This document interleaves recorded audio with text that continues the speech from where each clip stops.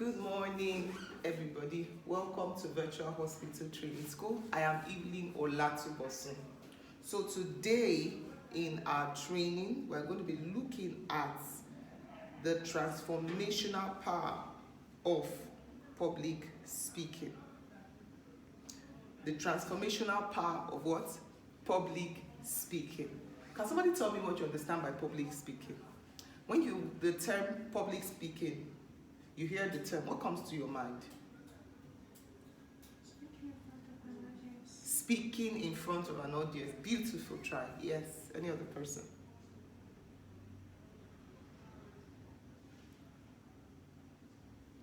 Fantastic. That's a good try. So I'd like us to read what we have on the board, on the screen. He who cannot speak cannot lead. By who? Dr. Miles Monroe was a blessed memory, was one of the pillars in the speaking business. A great thought leader he was. And he said, he who cannot speak cannot lead. If you have to lead, and don't forget that we all have been called as leaders in our various capacities. Leader in your family, a leader to your children, a leader in your place of work, a leader in your church, wherever you find yourself, even a leader to yourself. Because the first person you have to lead is who? Yourself. Now, Mas Monroe is now telling us that he who cannot speak cannot lead. Why? You see, I tell people that public speaking is a superior skill. It's a what? Superior skill. Why do I say that? It's a skill that projects you as a leader. What comes to your mind when you see someone standing before a group of people and addressing them? What are some of the thoughts that flash your mind? Oh, he must be very intelligent, right? He has something to offer, right? He has value, else people will not be seated listening to him. That's what public speaking does. I've trained some certain persons who told me eventually at the end of the day that in their place of work, after they gave certain presentations, they were certain higher positions that were vacant at that time. They were told to apply for such positions. Why? Because the executives of their organization saw them as people who are potential leaders. Why? Because of their ability to stand before people and speak. Many times we find ourselves in group, perhaps in the university. I remember in our university days when you want to choose student union government, right? What they would usually bring their manifesto, right? Good, and they tell you what they want to do and all that. Now, one thing I realize is even in your church or anywhere you find yourself, and they say, let us choose a leader amongst ourselves. Many times you discover that if they say point to someone, for instance, it's called that many people will point at a particular person. Have you observed that? Have you observed that? Many people will point at that. The question you begin to ask yourself, why are they looking at that out, or why are they recommending such a person for leadership? They are recommending that person most likely because they feel that that person would be able to ably represent them. So when it's time to speak for them, when they need to be heard, they are certain that the leaders they are going to be electing are people that can adequately present their cases, grievances, or whatever it is before the parties they need to do that. So it's a skill that projects you as a leader. See, Warren Buffett was once the third richest man in the world, said something. He was asked a question. He said, what skill would you say helped you when in your 20s and 30s? What's that one skill you would recommend for young people that helped you get to where you are today? And he said, public speaking. Public speaking. He said something. He said, you might have all the brain power in the world. That is, you might have all the ideas, all the intelligence. If you cannot speak, it's like a man looking at a girl he likes, but he's in the dark. And meanwhile, the girl cannot see him in the dark. Does anything happen in such a case? Will anything happen? The man is in the dark, and the girl can't see him in the dark. But he loves the girl, and he desires that she sees him, and he wants to talk to her. But he's in the dark. Can the girl see her? No. That's what happens to your ideas. your intelligence, and whatever value you have to offer. As long as you cannot communicate it adequately, right, then you are in the dark. You are in the dark. You see people who are not very intelligent, but because they have this skill, this very all-important skill, public speaking, you see them, they come and they present, they talk to you and you are convinced. But you see certain persons are very intelligent, super intelligent. But when it comes to standing before people, what happens? They become jittery. What happens? Fear sets in. At the end of the day, they just fumble. And they go back and wondering. Not because they are not intelligent, they lack the skill. And you know what? When it is time for an opening, or when they need someone for a higher opening, it's possible to a large extent that they won't go for such a person. Because if you are a leader and you cannot speak, you cannot lead. And another thing I want you to know, which is going to help you wherever you go, hear me.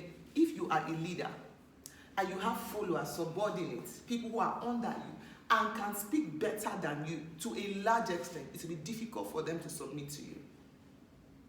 So you must be at the top of your game wherever you find yourself.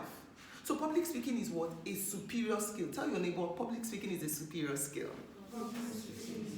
It's a superior skill. Another thing you must know is that public speaking is what? I call it an obligatory skill. What's an obligatory skill? What is someone you say something is obligatory? It's something that is mandatory. It's something that you should have. You must have. Why, you might want to ask. A time is going to come when the microphone will be handed over to you. When you'll be called upon at a wedding to give a toast. When you'll be called upon to give a welcome address. What happens at such a time?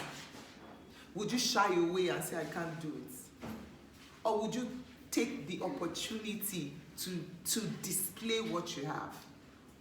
You see this thing about being shy, I have stage fright. You hear a lot of people, it's called, as a matter of fact, that's called glossophobia. I have stage fright, I'm afraid, I can't stand before people. No. You know, research has shown that after death, public speaking is the second greatest fear in the world. Can you imagine? After death, public speaking is the second greatest fear in the world. I can't imagine someone calling me to come and give a presentation and I'm shying away. I would grab it with both hands.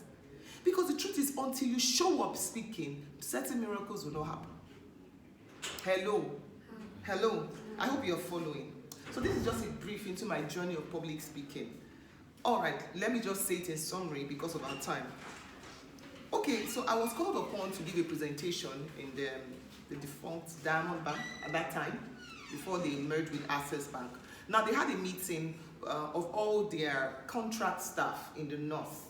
The meeting was at Hotel 17, so they needed someone to come. I was one of the speakers that was invited sometime, I think in 2014.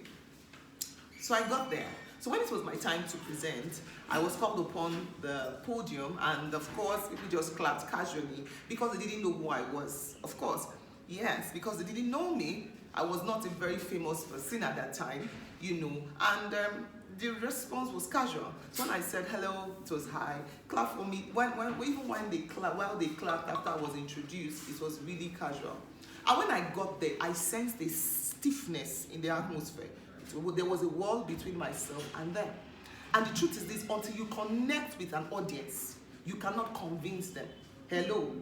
Until you connect with an audience, you cannot convince them. And that's why I tell people, public speaking is not about grammar and diction.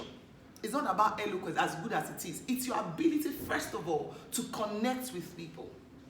You must be able to connect with them before you can do what? Convince them with whatever it is you want to deliver. So when I got up there and I said, can you please put your hands together for a second? I needed to break the ice. Remember I said there was a wall between myself and them. A wall of unfamiliarity. They were not familiar with me. They didn't know what I had to offer. And I said, give yourself a beautiful round of applause. And they did that casually. I wasn't satisfied because I didn't got what I was looking for. I said, Tom, can you look at your neighbor? Tell your neighbor, I am more than this.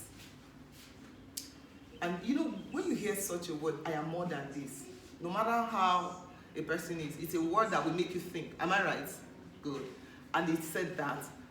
After that, I said, stand on your feet, walk around to two persons, introduce yourself. and tell them what you do. Tell them something interesting about yourself, what people really know.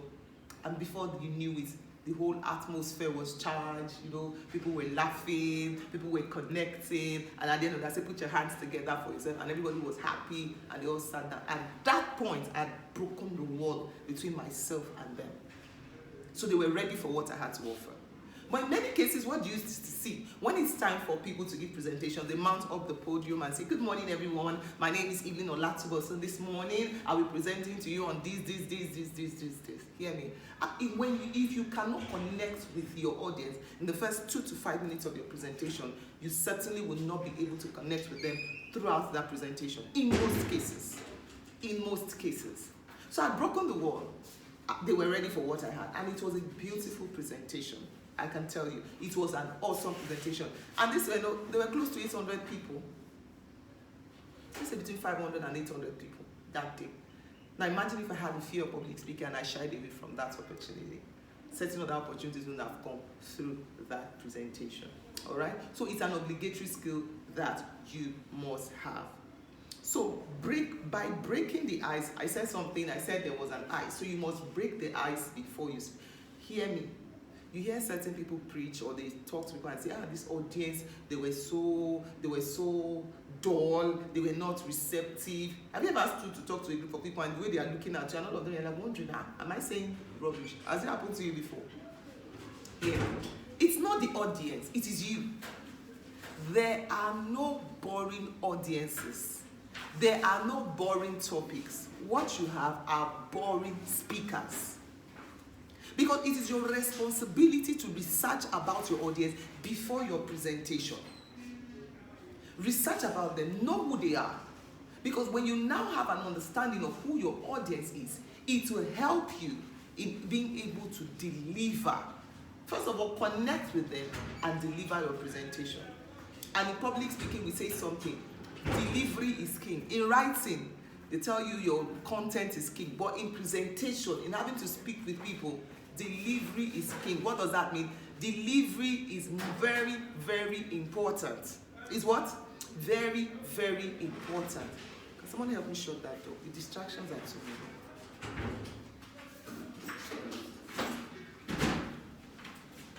So, an audience you cannot connect to, you cannot convince. An audience you cannot connect to, what? You cannot convince. As a speaker, how do you connect with your audience? What is one way you connect with your audience? What? Words. Can I hear you? Words. Anybody can give a speech or a talk or presentation, but not everyone can connect. Anybody can talk. It's difficult for me to stand to address a group of people and I'm not able to carry them alone. Very difficult. But meanwhile, it's possible that you might bring somebody who perhaps has more intelligence than myself in this regard. But when they come here, it might be difficult for them to carry them along. It's a skill, connection. That's why great speakers are not born. They are trained. They are what? Trained. The fact that you are articulate does not necessarily make you a great speaker. There are techniques.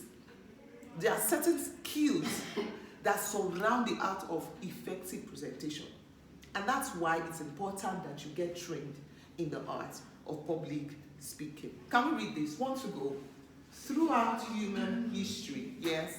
Our greatest leaders and thinkers have used the power of words to transform our emotions, so they enlist us in their causes and to shape the course of destiny.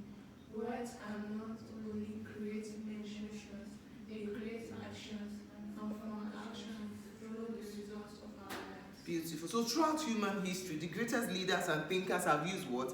The power of words to transform our emotions, to enlist us in their causes, that is to be a part of their causes, all right? And to shape the course of destiny.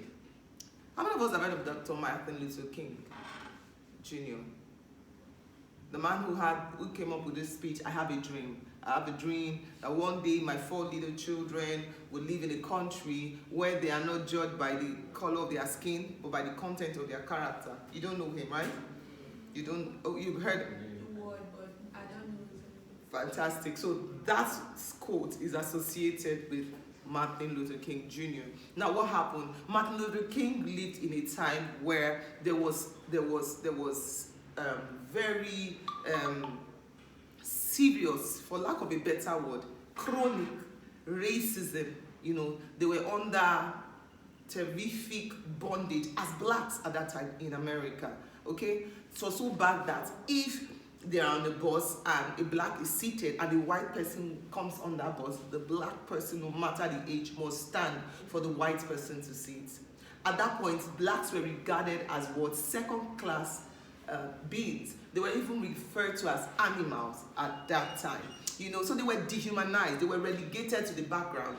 At such times, they could rarely get, you know, the very good jobs. Well, the kind of jobs they were opportune to have at that time were jobs like nannies, carpenters, and all that and all that. So Martin Luther King Jr. saw this, and it inspired him to start this movement. He began this movement through what? His words. He started with having meetings here and there. They began to hold rallies. Eventually, he died for the cause. But the truth is, he was able to set in motion, all right, a movement that ended racism in America. What did he use? Did he use the gun? What did he use? Words. Words. So words are very, very powerful. I said Martin Luther King Jr. used the power of words to begin the move that ended what? Racism. Abraham Lincoln. How many of us have heard of Abraham Lincoln? You know him. Who was he? He was one of the presidents of where? Thank you. Abraham Lincoln, via the power of words, persuaded America that slavery was wrong, immoral, and had to be abolished. And this made a way for the abolishment of what? Slavery. Of course, you knew at that time that blacks were slaves, right? Thank you. But through words, he was able to persuade America that slavery had to come to an end. So you discover that words, if you're not careful, words are more powerful than weapons.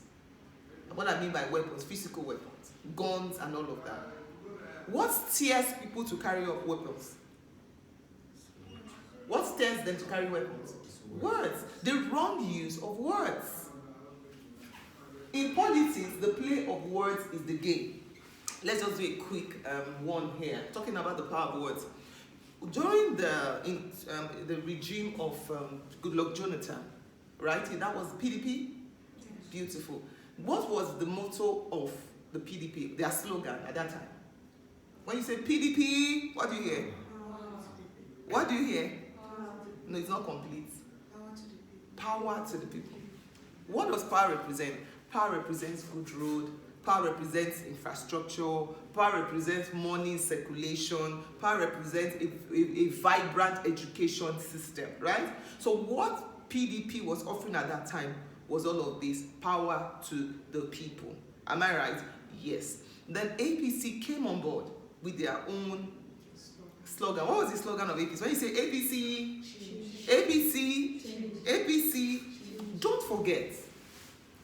We are talking about the play of words, the power of words. At that time, during that election in 2015, we were faced with a novel challenge as a country, a new challenge, but it was a challenge that was claiming lives. People were no longer satisfied. What was the challenge at that time? Who can remember? Bomb blasts, insecurity. People were losing their loved ones. Bomb blasts here, bomb blasts there. So what was the major desire of people at that time? What did they want?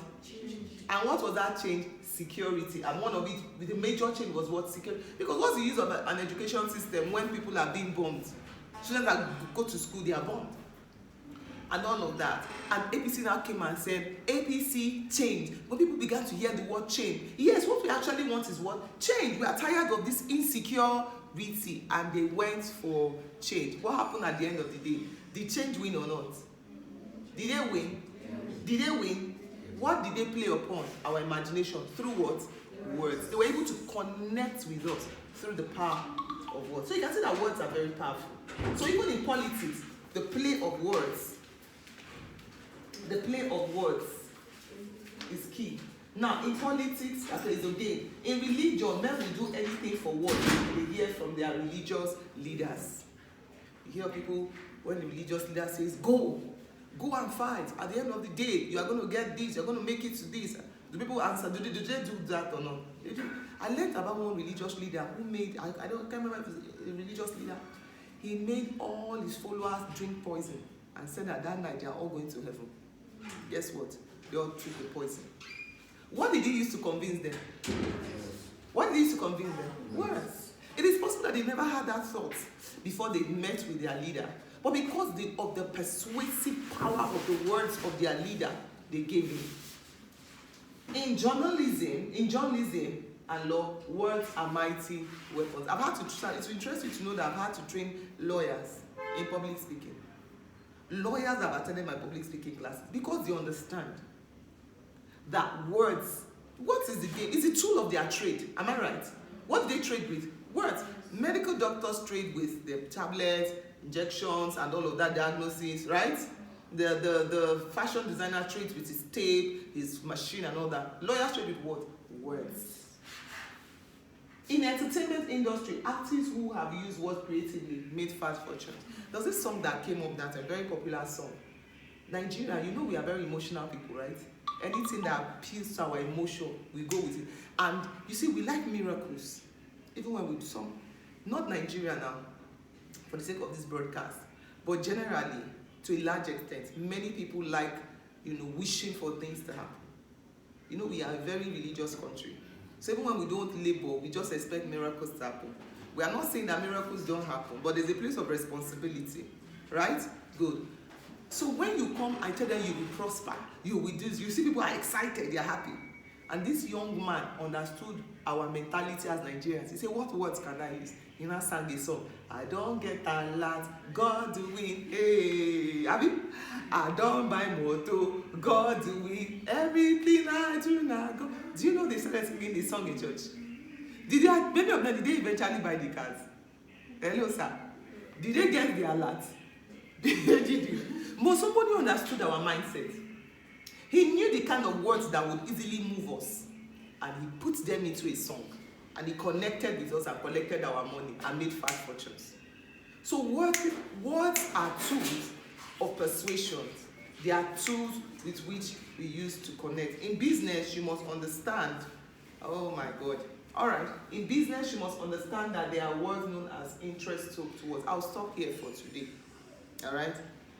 Interest-soaked words. What are interest-soaked words? They are keywords to inspire the keen interest of a possible customer, client, or audience anytime. We are all business people. Hello. We are all what? Business people. Because we are selling something. Virtual Hospital, we are here for business. Now, we are now made to understand that there are words, certain category of words that are called interest-soaked. What does that mean? They can stir up the interest of your potential client or customer when you relate with them using these words. Now the question is, what are these words? Look at these words below and tell me which is the most powerful. I, we, and you. Who can tell me the most powerful? Huh? Say it, don't be shy, and tell us why you think it is.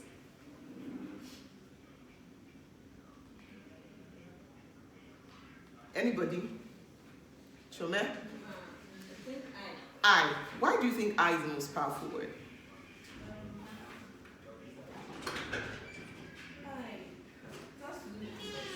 It has to do with when you say I. And okay, it has it has a tendency to draw people. All right. Any other person? I, we, or you? I, we, or you? Which is the most powerful word? Okay, so let's see. You is the most powerful word. Can we read together? I want to go. You is the most powerful word in public speaking because it brings what? Connectivity, and we humans are selfish. Do you know that humans are generally selfish? As soon as somebody walks up to you and says, Chome, I have an opportunity for you, I want to talk to you about you, I want to listen. For me, They say, Chome, there's something that is troubling me I want to talk to you about. Or there's a need. You see what that many times you'll not be as interested in this other one as that which you. People are looking for things that have their interest. People are interested or committed to things that will benefit them. So we are intrinsically selfish beings. So anything that would put them at the forefront, they are ready to comply with it. Now, WINIFIM is the reason for this. What is WINIFIM? WINIFIM is an acronym for what is in it for me. Can we say that together? What is in it for me? What is in it for me? As soon as, even while I stood here, the first thing you want to know is, what? Mrs. Evelyn has come again. Another thing, maybe what can I even benefit from this? Oh, public, let me see what I can get from it. That's the reason why you're listening to me. If I'm here, I'm talking to you about molecular and this or something, absurd that perhaps might not really interest you. You will not give me attention, right? But you are listening to me because you feel there is a value you can get that you can apply to your own life that will benefit you, right? That's the reason why you're listening to me.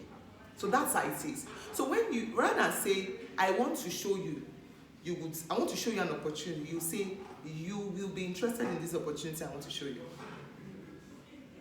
You would love this. Bring the word you before I. When you say the word I, you're talking about yourself. People are not interested about you. Hello. They are not interested in what? In you. They're interested in their own self. When you even say we is even fair. But the most powerful is what? You.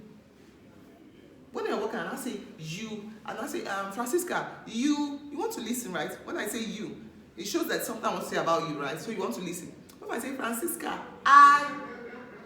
you might be tempted to say, oh, maybe she's not ready. When she's ready, she'll come and tell me what she wants to say, right?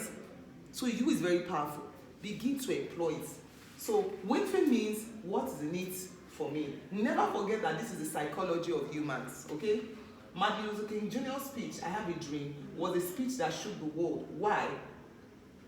Why did he choose the sentence, I have a dream? He used the sentence to create a connection and a sense, on that sense of belonging. He created a sense of community and family. Take note of these words as I close. Join. As a leader, wherever you find yourself, see these words. Join, come along, help, let's take a pledge, let's build this great nation together, are words that command connection. So if as a leader you want to get people together to join you to achieve a cause, these are some of the words you want to employ. Are you following me? Are you following me? So these are some of the words. Can we take them? One to go. Join. Yes. Come along.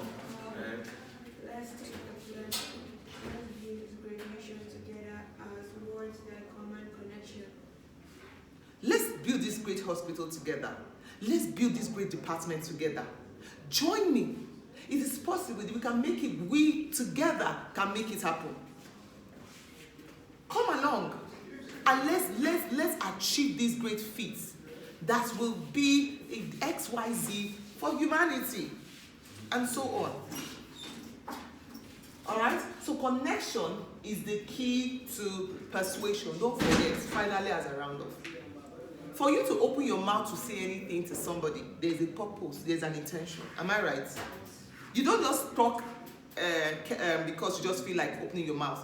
Before you talk, there's an intent. I'm talking to you now because I want you to understand that public speaking is a very important skill, and I want to impact this skill to you. That's my intention, my objective. Whenever you open your mouth, you have an objective, right?